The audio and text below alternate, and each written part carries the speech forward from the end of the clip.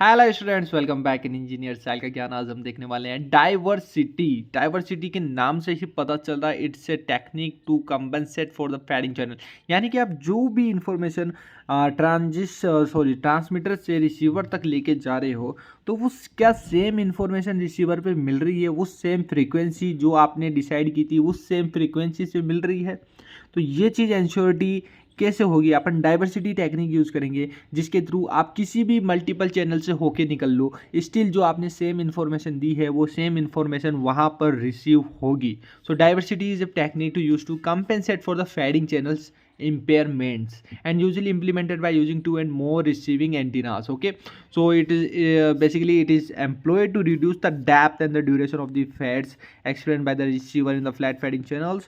ये सब छोटी मोटी चीज़ें हैं और डाइवर्सिटी टेक्निक्स को दोनों साइड अपन रख सकते हैं, बेस स्टेशन और मोबाइल रिसीवर की ओर भी। ठीक है, now the principle of the diversity to ensure that the same information reaches the receiver on the statistically independent channel.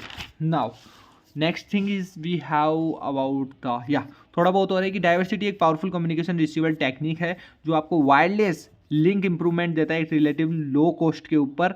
And the diversity exploits करता है किसी भी random nature of radio propagation को by finding. कैसे करता है ये, किस तरह से इसको नेचर ऑफ रेडियो प्रोपेगेशन को एक्सप्लोइट करता है? By finding the independent signal pass for the communication. तो ये इंडिपेंडेंट सिग्नल पाथ को फाइंड आउट करके उनको हटा के किल करके आपको यहाँ से बचा देता है रेडियो प्रोपेगेशन से। नाउ तो डाइवर्सिटी ने बहुत ईजी कर दिया है कि सेम इन्फॉर्मेशन रिसीवर के ऊपर मिल पा रही है। Diversity has the two type, micro diversity and macro diversity. Okay, अगर अपन फेडिंग के ऊपर बात करें तो small scale fading and the large scale fading, जो अपन पढ़ के भी आ चुके हैं, थोड़ा सा इसमें देख भी लेते हैं। तो स्मॉल स्केल में क्या होता है, basically deep and rapid amplitude fluctuations होते हैं। इससे अपन को प्रिवेंट करने के लिए deep fades from the occurring microscopic diversity technique को यूज किया जाता है in the small scale fades. And the large scale fade भी use the macro, it's a macro not a micro, it's a macro diversity techniques are used, okay, for the large scale. So large scale is caused by the shadowing due to the variations in the both the terrain's profile and the nature of the surrounding. It happens into the large scale fading. Now macro diversity, micro diversity नाम से पता चल रहा है it is use to combat large scale fading due to the shading के कारण होती है। तो इसको अपन अचीव कैसे कर सकते हैं मैक्रो डाइवर्सिटी को? Macroscopic diversity can be achieved by the two things,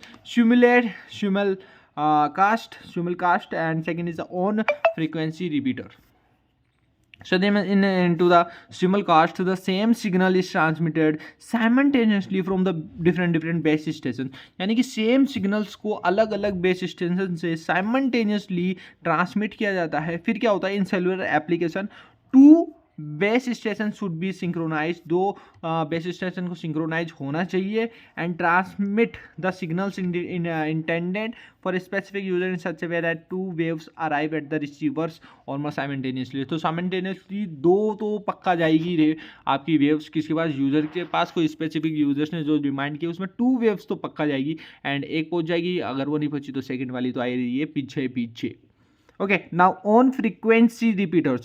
So the simplest method for the macro diversity use two of the on frequency repeaters that receive the signal and retransmit an amplified version of it. Okay, तो basically ये एक ना signal को receive करता है and retransmit कर देता है amplified version of it, amplified version. ठीक है, नाउ माइक्रोस्कोपिक जो अपन अगली वीडियो में देखेंगे क्योंकि ये थोड़ा बड़ा टॉपिक है।